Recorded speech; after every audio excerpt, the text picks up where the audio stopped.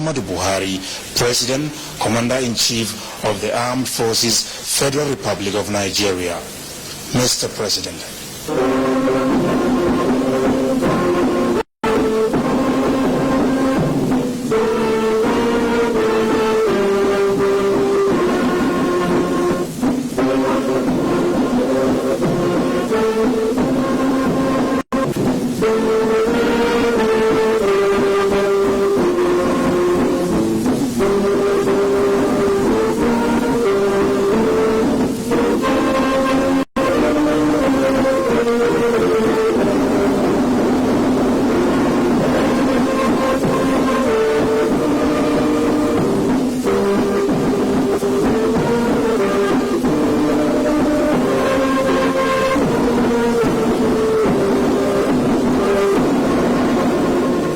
Fellow Nigerians, from the first signs that coronavirus or COVID-19 was turning into an epidemic and was officially declared a worldwide emergency, the federal government started planning preventive, containment, and curative measures in the event the disease hits Nigeria. The whole instruments of government are now mobilized to confront what has now become both a health emergency and an economic crisis. Nigeria, unfortunately, confirmed its first case on 27 February 2020. Since then, we have seen the number of confirmed cases rise slowly. By the morning of March 29, 2020, the total confirmed cases within Nigeria has risen to 97. Regrettably, we also had our first fatality, a former employee of PPMC who died on 23rd March 2020. Our thoughts and prayers are with his family in these very difficult times. We also pray for quick recovery for those infected and undergoing treatment. As of today, COVID-19 has no cure. Scientists around the world are working very hard to develop a vaccine. We are in touch with these institutions as they work towards a solution that will be certified by international and local medical authorities within the shortest possible time. For now, the best and most efficient way to avoid getting infected is through regular hygienic and sanitary practices as well as social distancing. As individuals, we remain the greatest weapon to fight this pandemic. By washing our hands regularly with clean water and soap, disinfecting frequently used surfaces and areas, coughing into a tissue or elbow, and strictly adhering to infection prevention control measures in health facilities, we can contain this virus. Since the outbreak was reported in China, our government has been monitoring the situation closely and studying the various responses adopted by other countries. Indeed, the Director General of the Nigerian Center for Disease Control was one of the 10 global health leaders invited by the World Health Organization to visit China and understudy their response approach. I am personally very proud of Dr. Ekweazu for doing this on behalf of all Nigerians. Since his return, the NCDC has been implementing numerous strategies and programs in Nigeria to ensure that the adverse impact of this virus on our country is minimized. We ask all Nigerians to support the work the Federal Ministry of Health and NCDC are doing, led by the Presidential task force. Although we have adopted strategies used globally, our implementation programs have been tailored to reflect our local realities. In Nigeria, we are taking a two-step approach. First, to protect the lives of our fellow Nigerians and residents living here, and second, to preserve the livelihoods of workers and business owners to ensure their families get through this very difficult time in dignity and with hope and peace of mind. To date, we have introduced healthcare measures, border security, fiscal and monetary policies in our response. We shall continue to do so as the situation unfolds. Some of these measures will surely cause major inconveniences to many citizens, but these are sacrifices we should all be willing and ready to make for the greater good of our country. In Nigeria's fight against COVID-19, there is no such thing as an overreaction or an underreaction. It is all about the right reaction by the right agencies and trained experts. Accordingly, as a government, we will continue to rely on guidance of our medical professionals and experts at the Ministry of Health, NCDC, and other relevant agencies through this difficult time. I therefore urge all citizens to adhere to their guidelines as they are released from time to time. As we are all aware, Lagos and Abuja have the majority of confirmed cases in Nigeria. Our focus, therefore, remains to urgently and drastically contain these cases and to support other states and regions in the best way we can. This is why we provided an initial intervention of 15 billion naira to support the national response as we fight to contain and control the spread. We also created a presidential task force to develop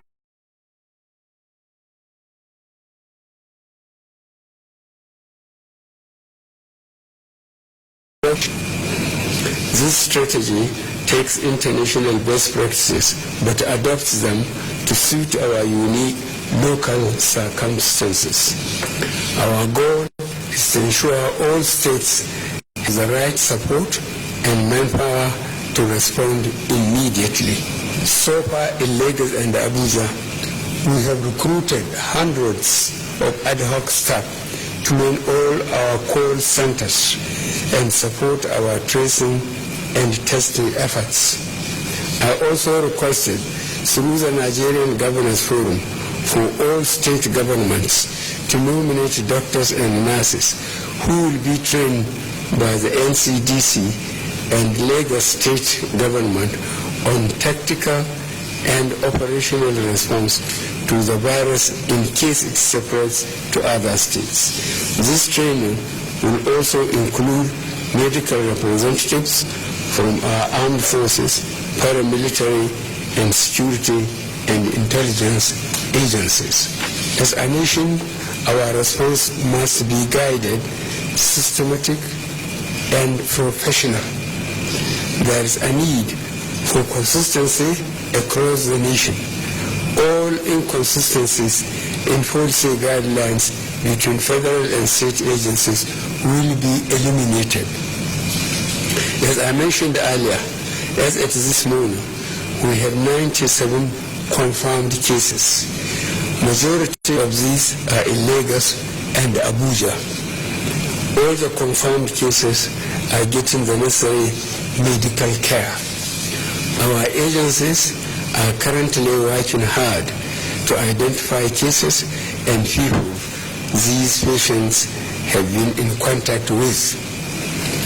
The few confirmed cases outside Lagos and Abuja are linked to persons who have traveled from these centers. We are therefore working to ensure such interstate and interstate movements are restricted to prevent further security. Based on the advice of the Federal Ministry of Health and the NCDC, I am directing the cessation of all movements in Lagos and the FCT for an initial period of 14 days with effect from 11 p.m. on Monday, 30th March 2020. This restriction will also apply to Ogun State due to its close proximity to Lagos and the high traffic between the two states. All citizens in these areas are to stay in their homes. Travel to or from other states should be postponed. All businesses and offices within these locations should be fully closed during this period. The governors of Lagos and Ogun States, as well as the Minister of the FCT, have been notified. Furthermore, heads of security and intelligence agencies have also been briefed. We will use this containment period to identify, trace, and isolate all individuals that have come into contact with confirmed cases. We will ensure the treatment of confirmed cases while restricting further spread to other states.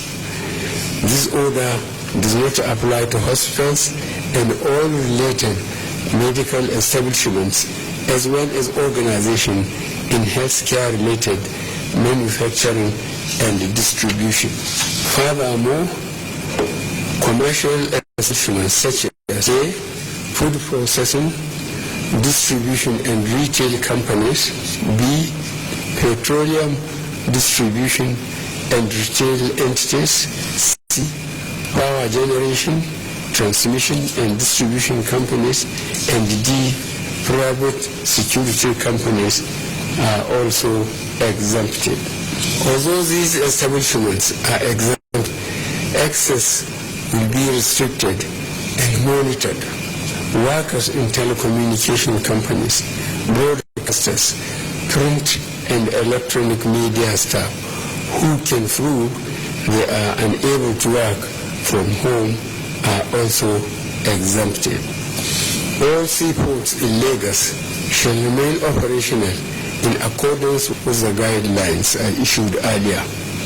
Vehicles and drivers conveying essential cargoes from these ports to other ports of the country will be screened thoroughly before departure by the port's health authority.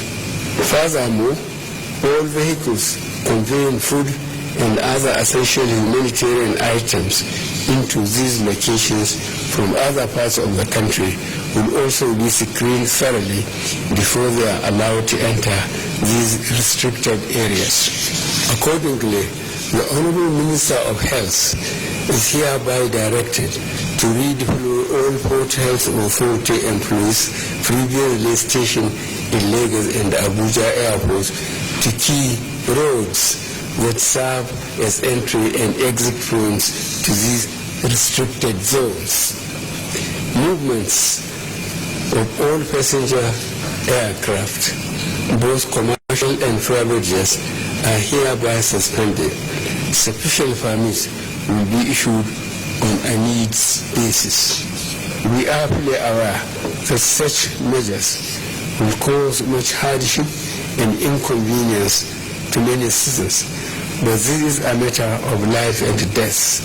If we look at the dreadful daily toll of death in Italy, France, and Spain. However, we must all see this as our national and patriotic duty to control and contain the spread of this virus. I would therefore ask all of us affected by this order to put aside our personal comfort to safeguard ourselves and fellow human beings. This common enemy can only be controlled if we all come together and obey scientific and medical advice. As we remain ready to enforce these measures, we should see this as our individual contribution in the war against COVID-19. Many other countries have taken far stricter measures in a bid to control the spread of the virus with positive results. For residents of satellite and commuter towns and communities around Lagos and Abuja, whose livelihoods will surely be affected by some of these restrictive measures, we shall deploy relief materials to ease their pains in the coming weeks. Furthermore, although schools are closed, I have instructed the Ministry of Humanitarian Affairs, Disaster Management, and Social Development to work with state governments in developing a strategy on how to sustain the school feeding program during this period without compromising our social distancing policies. The Minister will be contacting the affected states and agree on detailed next steps. Furthermore, I have directed that a 3-month repayment moratorium for all trader money, market money, and farmer money loans be implemented with immediate effect. I have also directed that a similar moratorium be given to all federal government-funded loans issued by the Bank of Industry, Bank of Agriculture, and the Nigerian Export-Import Bank. For on-lending facilities, using capital from international and multilateral development partners, I have directed our development financial institutions to engage these development partners and negotiate concessions to ease the pains of the borrowers. For the most vulnerable in our society, I have directed that the conditional cash transfers for the next 2 months be paid immediately. Our internally displaced persons will also receive 2 months of food rations in the coming weeks. We also call on all Nigerians to take personal responsibility to support those who are vulnerable within their communities, helping them with whatever they may need. As we all pray for the best possible outcome, we shall continue planning for all eventualities. This is why I directed that all federal government stadia, pilgrims camps, and other facilities be converted to isolation centers and makeshift hospitals. My fellow Nigerians, as a government, we will avail all necessary resources to support the response and recovery. We remain committed to do whatever it takes to confront COVID-19 in our country. We are very grateful to see the emerging support of the private sector and individuals to the response, as well as our development partners. At this point, I will ask that all contributions and donations be coordinated and centralized to ensure efficient and impactful spending. The Presidential Task Force remains a central coordinating body on the COVID-19 response.